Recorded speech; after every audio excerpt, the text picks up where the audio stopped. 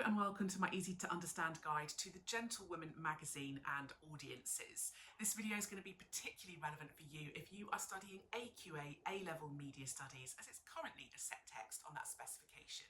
The target audience for the Gentlewoman is reasonably young, certainly by my standards, maybe not by teenager standards, but probably around 25 to 40 years of age. And you can see that they're using celebrities that are within that age range.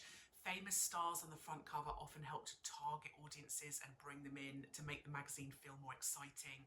And certainly the kind of quite high fashion, visually bold makeup and hair on the front will help to target that quite youthful demographic. The target audience for the magazine, being that it's called The Gentlewoman, is also predominantly female.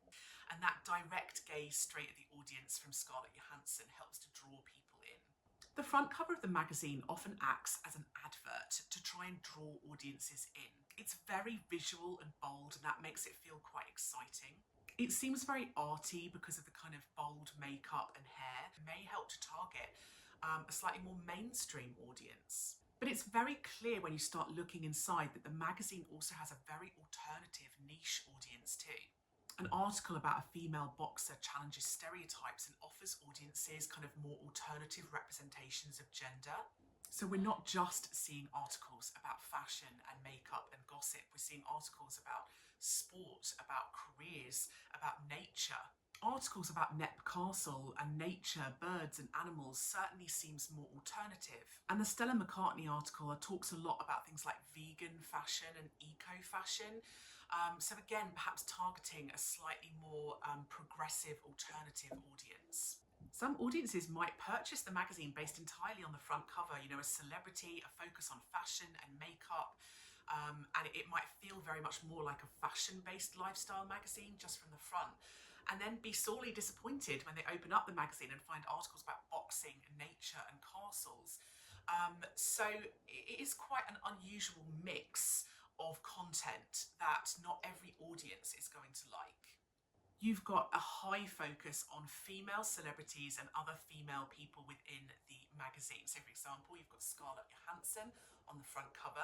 There's also an article about a female boxer, and the article is very much focusing on her breaking boundaries of gender within her career, which may appeal to a female audience. There's another article about Stella McCartney as a fashion designer as well, somebody else who's kind of paved the way for other female designers over the years.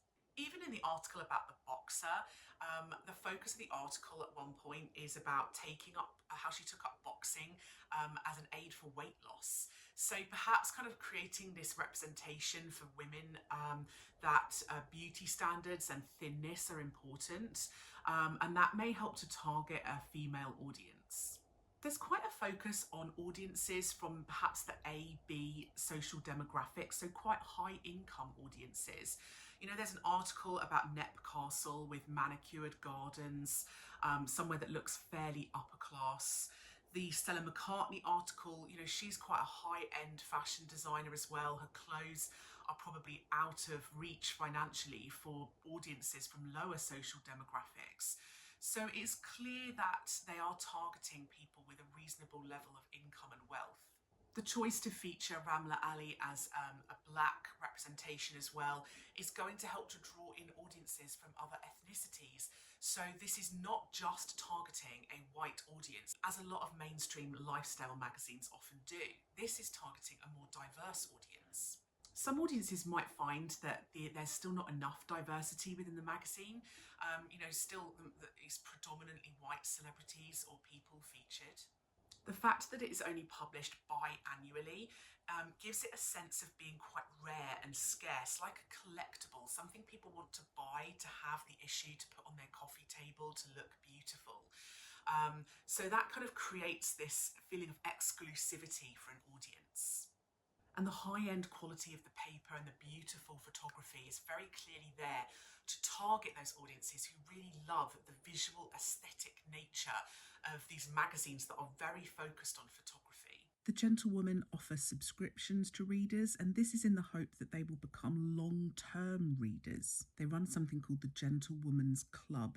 This is a club that people can sign up to. They have 40,000 members around the world, and they run events. They can get exclusive tickets, attend exclusive events. It offers a feeling of community and belonging and allows social interaction with similar readers. They use social media to market the magazine to their readers, and this helps to target a modern global audience in the hopes that they will share content, encourage it to go viral, and purchase the magazine themselves.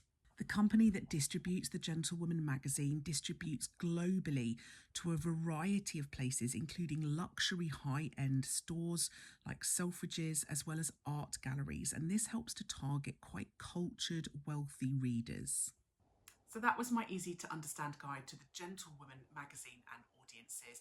Don't forget to subscribe to my channel for other videos that are going to be relevant for you. And if you would like a video that I don't already have, leave a little comment below and I'll see what I can do.